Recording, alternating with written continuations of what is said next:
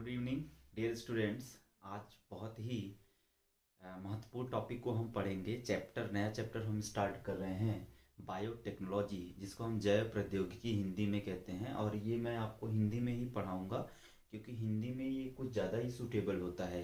अंग्रेजी भी ठीक है, पहले हिंदी मीडियम पढ़ा लूँगा, इसके बाद फिर इंग्लिश मीडियम चलेगा, ठीक है ना।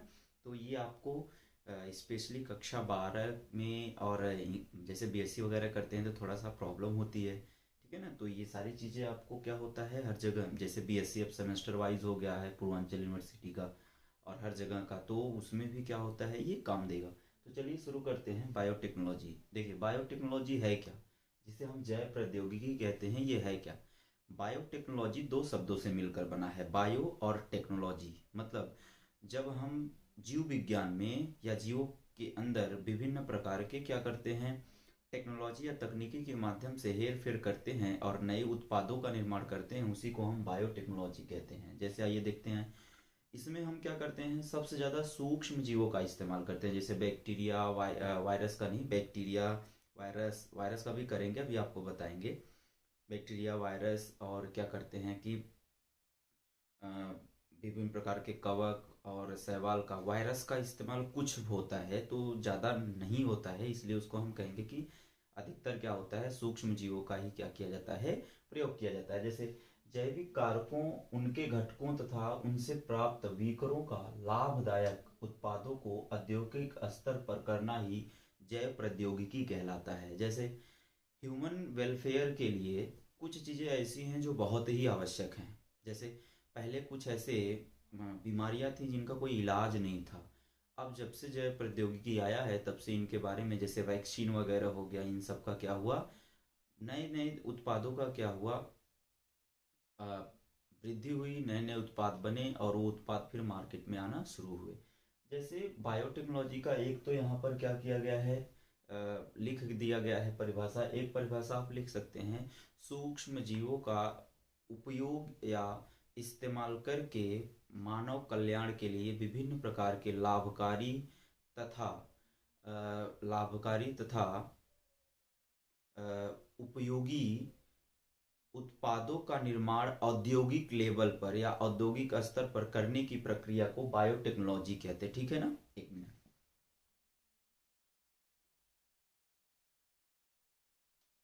ठीक है।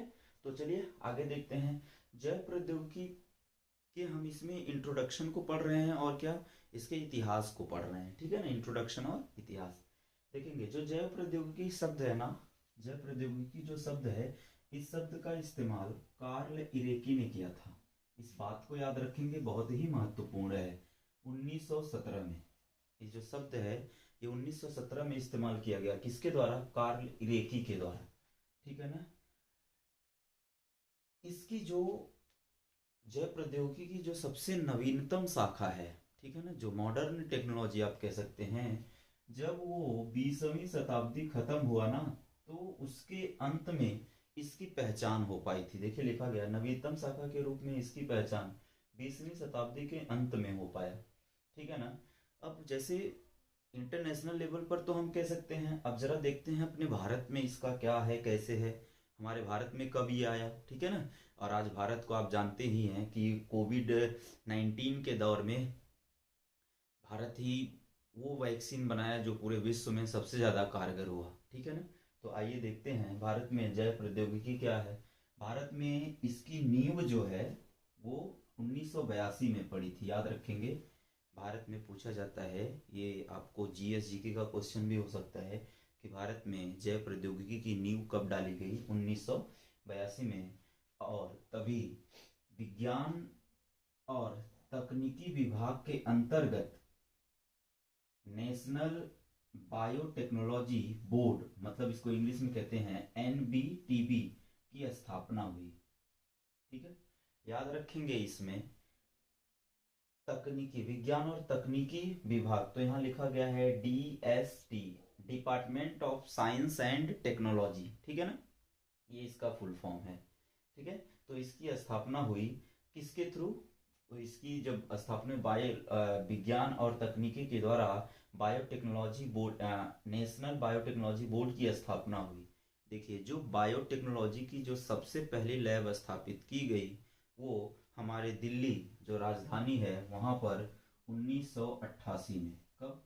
1988 में।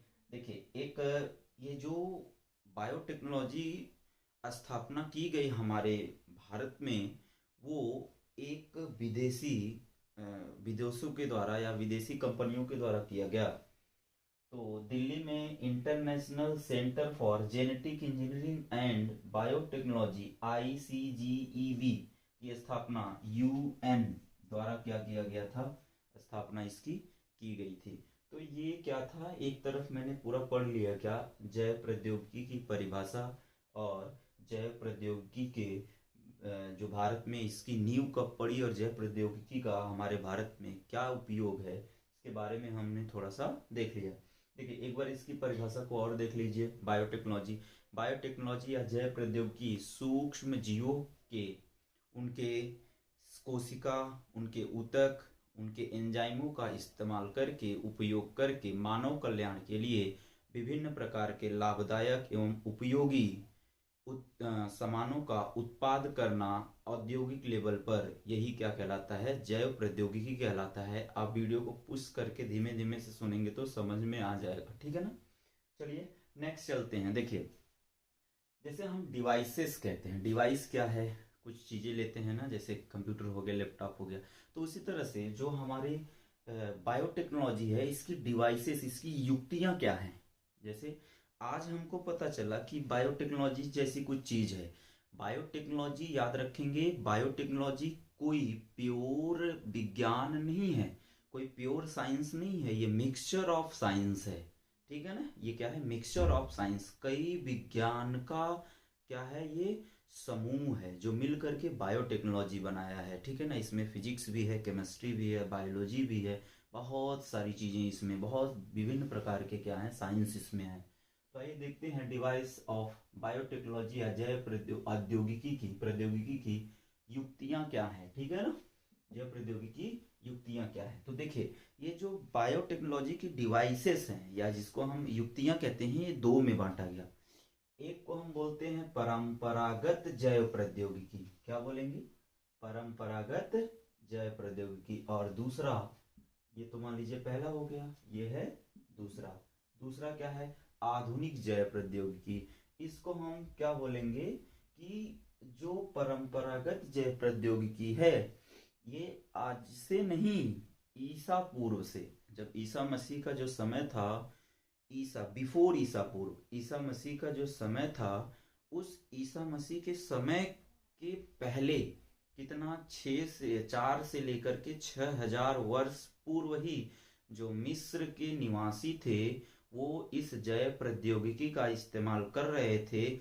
इस प्रकार के जैव प्रौद्योगिकी को परंपरागत जैव प्रौद्योगिकी कहा जाता है। देखिए, इसके अंतर्गत खाद्य पदार्थ, किण्वन एवं जैविक नियंत्रण आते हैं। ईसा से 6000 वर्ष पूर्व ये क्या है, पुराने हैं। कौन, परंपरागत जैव प्रौद्योगिकी। याद रखेंगे, मिस्र निवासी जो मिस्रवासी थे, वो ईसा से 4000 पूर्व ही किण्वन क्या है, एक प्रक्रिया है, ये एक एनएरोबिक रेस्पिरेशन में आता है, ठीक है। किण्वन की वीडियो भी हम बना देंगे। तो डबल रोटी और जो अल्कोहल वगैरह था उसको बनाने में ये परंपरागत जैव प्रौद्योगिकी का इस्तेमाल करते थे, ठीक है ना। तो ये क्या है, ये थोड़े से सरलतम जैव प्रौद्योगिकी का एक पार्ट है, ठीक है। आइए जैव प्रौद्योगिकी का जो आधुनिक जैव प्रौद्योगिकी है उसको हम देखते हैं कि आधुनिक जैव प्रौद्योगिकी क्या है। देखिए, जो आधुनिक जैव प्रौद्योगिकी है उसके अंतर्गत उन सब चीजों को शामिल किया गया जो अत्यंत बहुत ही क्या जटिल, कॉम्प्लिकेटेड एंड एक्सपेंसिव मीन्स खर्चीले थे। इसमें जैसे कुछ बहुत सारे हैं, लेकिन हम आपको कुछ मुख्य बताते हैं। जैसे इम्ब्रियो ट्रांसप्लांटेशन इन एनिमल या इम्ब्रियो ट्रांसफर इन एनिमल, भ्रूण का पशुओं के अंदर स्थानांतरण करना, ये तो इम्पोर्टेंट है और बहुत ही कॉम्प्लिकेटेड है, ठीक है ना, और ये खर्चीला भी है। जैसे सेरोगेटिव मदर का नाम आपने सुना होगा, ठीक है, जो माँ नहीं बन पाती तो वो क्या करते हैं, अपने ओवम और स्पर्म को डोनेट करके किसी और के गर्भ में क्या करते हैं, रूपांतरित कर देते हैं। एक ये होता है, एक पूरा का पूरा भ्रूण बनाने के बाद ही क्या कर दिया जाता है, रूपांतरित कर दिया जाता है। तो ये सारी चीजें आप जानते हैं। दूसरा, पशुओं में भ्रूण का स्थानांतरण हो गया। दूसरा देखेंगे रिकॉम्बिनेंट डीएनए टेक्नोलॉजी। याद रखेंगे ये जो दूसरा वाला है ये बहुत ही महत्वपूर्ण है, और ये पूरा रिकॉम्बिनेंट डीएनए टेक्नोलॉजी, पुनर्योगज डीएनए तकनीकी, ये पूरा बायोटेक्नोलॉजी का बेस है। ठीक है ना, क्या है, बेस है, यही आधार यही है। ठीक है, रिकॉम्बिनेंट डीएनए टेक्नोलॉजी, इसको आरडीएनए टेक्नोलॉजी कहते हैं। ये हम आपको डिटेल में पढ़ेंगे जब सिद्धांत हम पढ़ने लगेंगे। ठीक है ना, तब थियरी ऑफ बायोटेक्नोलॉजी, ठीक है ना, जब हम उसके सिद्धांत पढ़ेंगे तब। और दूसरा है मोनोक्लोनल एंटीबॉडी। ठीक है ना, एक क्लोनी प्रतिरक्षा उत्पाद करना। ठीक है, जेनेटिक इंजीनियरिंग में, जेनेटिक इंजीनियरिंग ऑफ माइक्रोब्स। देखिए ये जो दूसरा है और जो चौथा है ये लगभग एक दूसरे को कोरिलेट करेंगे। ठीक है ना, ये दूसरे को कोरिलेट करेंगे, इनमें ज्यादा अंतर आपको नहीं देखने को मिलेगा। क्योंकि जेनेटिक इंजीनियरिंग जो हम करेंगे, जेनेटिक इंजीनियरिंग क्या होता है अभी आपको हम इसका बताते हैं कि डेफिनेशन क्या होता है। आगे हमको ये बहुत ही डिटेल में पढ़ना है। तो माइक्रोब्स का इस्तेमाल करके ही डीएनए, रिकॉम्बिनेंट डीएनए को बनाया जाता है। रिकॉम्बिनेंट डीएनए का मतलब ही होता है एक लक्षण इधर से लीजिए, एक लक्षण इधर से, दोनों को मिला दीजिए और तीसरा बन जाए। वही क्या है, आर डीएनए, उसी को कहते हैं। एक डीएनए दूसरे का लेंगे, एक डीएनए दूसरे, मतलब दो विभिन्न प्रकार के जीवों से डीएनए को लेकर उनके लक्षणों को हम मिक्स कर देते हैं, जिसको हम आर डीएनए कहते हैं। ठीक है ना, देखिए पुनर्योगज डीएनए समझ में आ गया, रिकॉम्बिनेंट डीएनए। अब यहाँ बोला जा रहा है, एक चीज आई है जेनेटिक इंजीनियरिंग। जेनेटिक इंजीनियरिंग क्या है, देखिए अनुवांशिक पदार्थों में उलट फेर करना।